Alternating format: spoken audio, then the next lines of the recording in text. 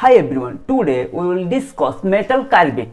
In previous session we have discussed about beta elimination reaction. ठीक है, तो metal कार्बिन ये एक इम्पोर्टेंट टॉपिक होता है आपका ऑर्गेनोमेटेलिक्स का।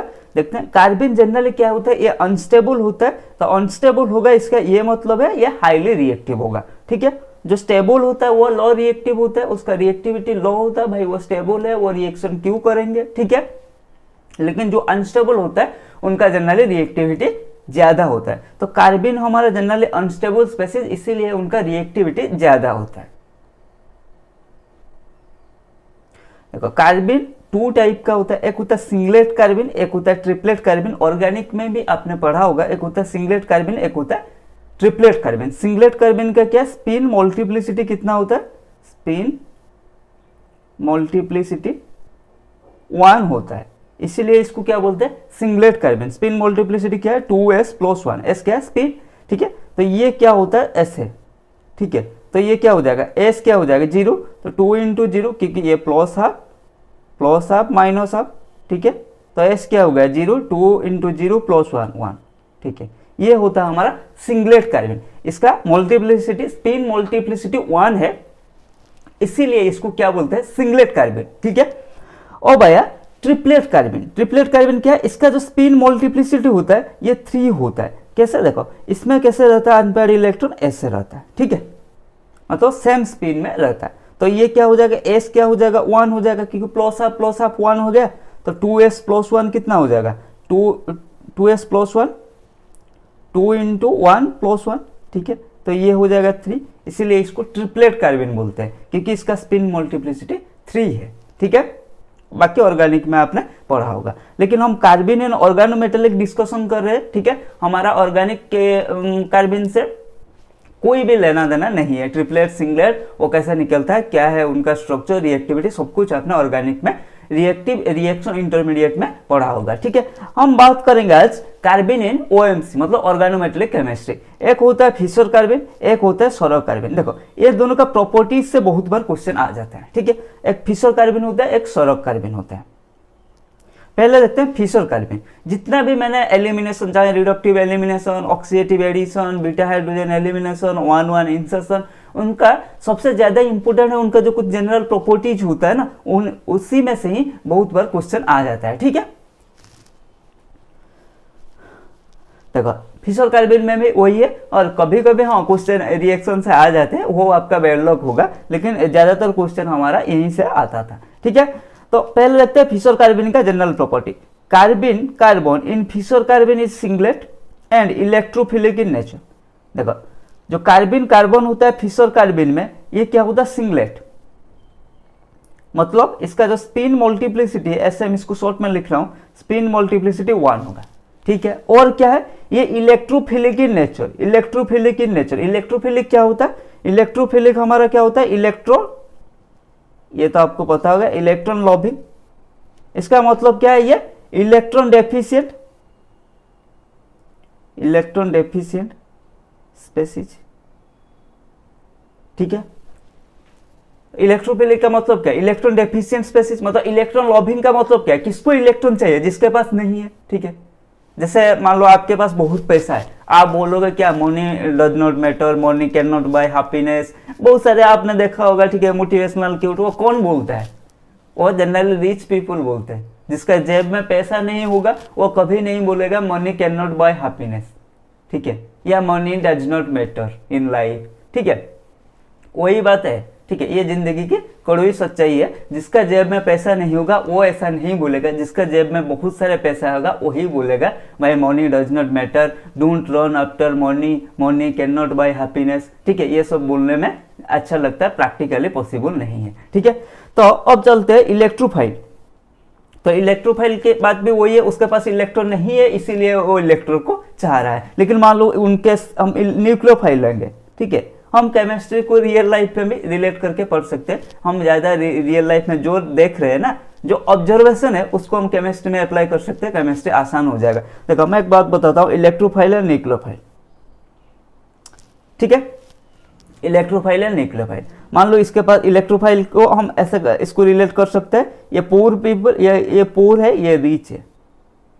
मैंने अभी अभी बोला क्या है, जिसके जेब में बहुत पैसा है वो बोलेगा money can not buy happiness, money does not matter. ठीक है, मतलब उसके पास बहुत पैसा है। सिमिलर बात ये न्यूक्लियोफाइल, इसके पास इलेक्ट्रॉन, ये इलेक्ट्रॉन रिच है, इसको इलेक्ट्रॉन नहीं चाहिए। ठीक है, वो बोलेगा नहीं नहीं मुझे इलेक्ट्रॉन की जरूरत नहीं है। ठीक है, इलेक्ट्रॉन की जरूरत नहीं है, मतलब हमारे भाषा में पैसा मनी डज नॉट मैटर ये बोलेगा। ठीक है, लेकिन इलेक्ट्रोफाइल क्या है, ये हम जैसे लोग हैं पुअर पीपल, ठीक है, जेब खा लिए तो हमें पैसा चाहिए। ठीक है, हम ऐसा नहीं बोलेंगे money can not buy happiness, money does not matter. ठीक है, सिमिलरली इलेक्ट्रोफाइल ये नहीं बोलेगा electron does not matter, I don't want electron. ठीक है, क्योंकि ये इलेक्ट्रॉन एफिशिएंट है, इसको इलेक्ट्रॉन चाहिए। ठीक है, लेकिन न्यूक्लियोफाइल इलेक्ट्रॉन रिच है, उसको इलेक्ट्रॉन ज्यादा नहीं चाहिए।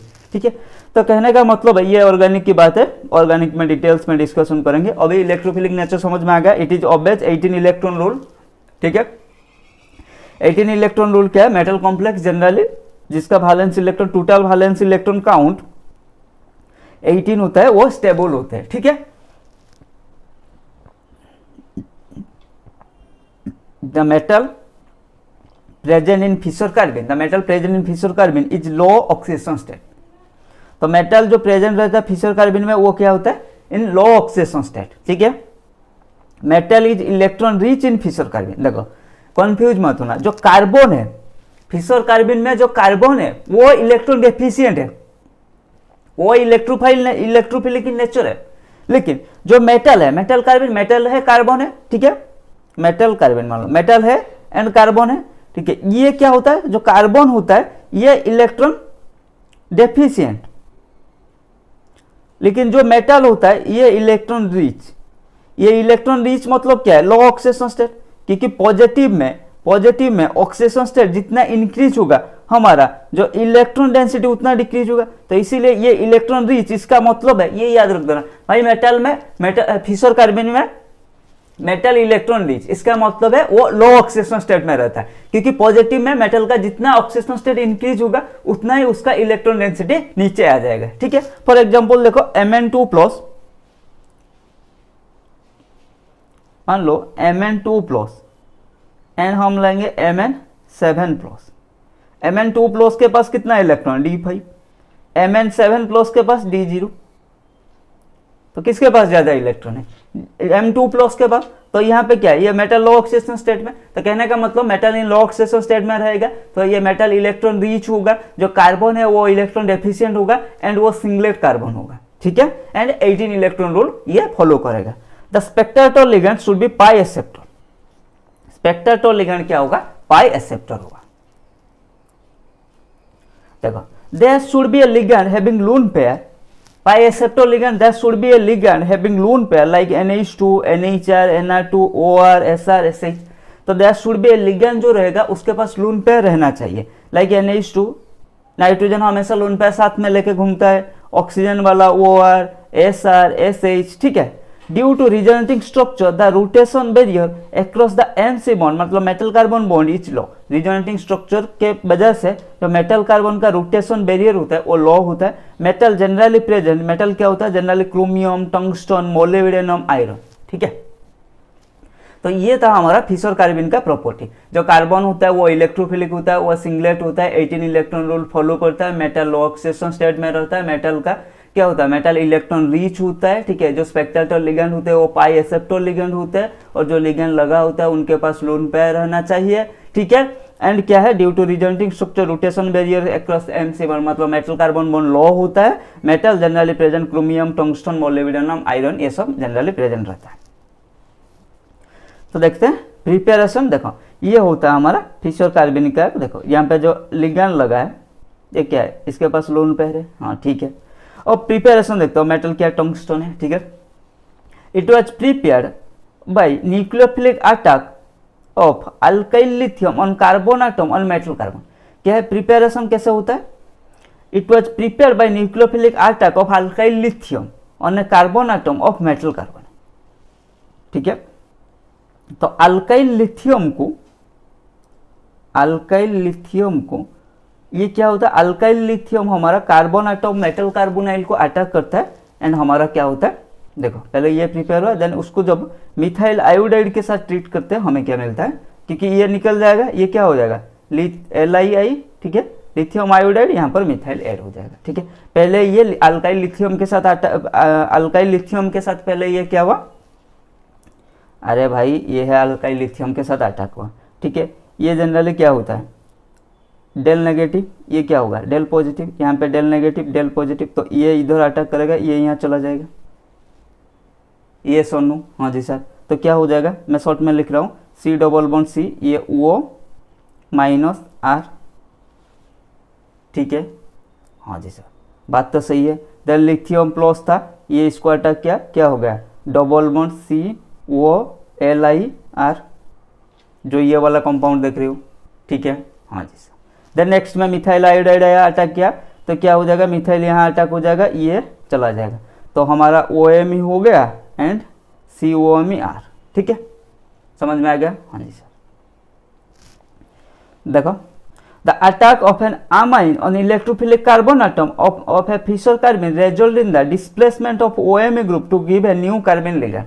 अगर the attack of amine on the electrophilic carbon, ये इलेक्ट्रोफिलिक कार्बन है, क्योंकि फिशर कार्बन का जो सेंटर होता है, मतलब जो कार्बन होता है वो इलेक्ट्रोफिलिक होता है। यहाँ पर भी आपको पता चला ये ऑक्सीजन है, ये कार्बन है, तो यहाँ डेल नेगेटिव, यहाँ पर डेल पॉजिटिव आएगा, तो ये इलेक्ट्रोफिलिक सेंटर होता है। ठीक है, electrophilic carbon atom Fischer carbon result in the displacement of OMe group to give a new carbon ligand. जब अमीन कंपाउंड इसको अटैक किया, डिस्प्लेसमेंट हो जाएगा, मतलब ओएमई ग्रुप चला जाएगा। ठीक है, देखो पहला स्टेप में क्या हो रहा है, ये अटैक किया, ये बॉन्ड यहाँ शिफ्ट हो गया। ठीक है, ये पाई बॉन्ड यहाँ शिफ्ट हो गया, ये नेगेटिव आ गया क्रोमियम, ये ओएमई, ये एनआर, देखो NH2, तो ये जब अटैक करेगा या इसके ऊपर क्या आएगा प्लस आएगा। ठीक है, देन नेक्स्ट स्टेप में क्या होगा, ये जो ऑक्सीजन का लोन पेयर है ये हाइड्रोजन को अटैक करेगा, ये चला जाएगा एंड ये जो नेगेटिव चार्ज है ये इधर आ जाएगा, तो ये पूरा क्या होगा, ये अल्कोहल होकर निकल गया और हमें क्या मिल गया, ये न्यू कार्बन। ठीक है, मतलब न्यू कार्बन मतलब लिगैंड रिप्लेस होगा, ओएमई रिप्लेस्ड बाय Na2। इसके पास भी लोन पेयर है, मैंने बोला जो कार्बन को जो लिगैंड अटैच होगा, ठीक है, उनके पास लोन पेयर रहना चाहिए। ठीक है, समझ में आ गया। A carbon ligand of Fischer carbon can undergo oxidative cleavage with reagents such as ferric ammonium nitrate, dimethyl sulfoxide और pyridine N oxide to give ketone। क्या है, A carbon ligand of Fischer carbon can undergo oxidative cleavage। देखते हैं, oxidative cleavage can undergo oxidative cleavage with reagent, जब हम ferric ammonium nitrate या dimethyl sulfoxide या pyridine N oxide ये सब यूज करेंगे, तो ये ऑक्सीडेटिव क्लीवेज होकर हमें क्या देगा, कीटोन देगा। ठीक है, ये मतलब ये टूट जाएगा। देखो क्या होगा, ये जब रिएजेंट यूज करेंगे आपको प्रोडक्ट कैसा बनाना, ये टूट देना, जो कार्बन एंड मेटल का बॉन्ड है ना उसको टूट देना, ये निकल देना, यहाँ पे डबल बॉन्ड वो अटैच कर देना।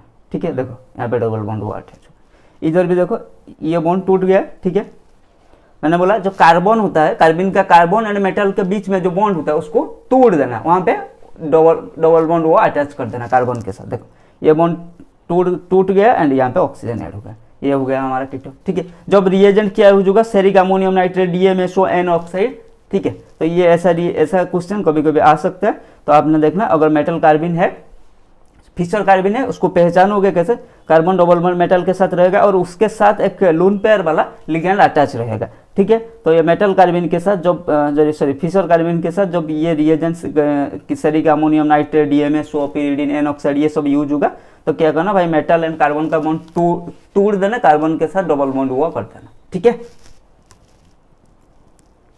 सो आज के क्लास में इतना ही, मिलते हैं अगले क्लास में उसका और एक क्या टाइप सरक कार्बन के साथ।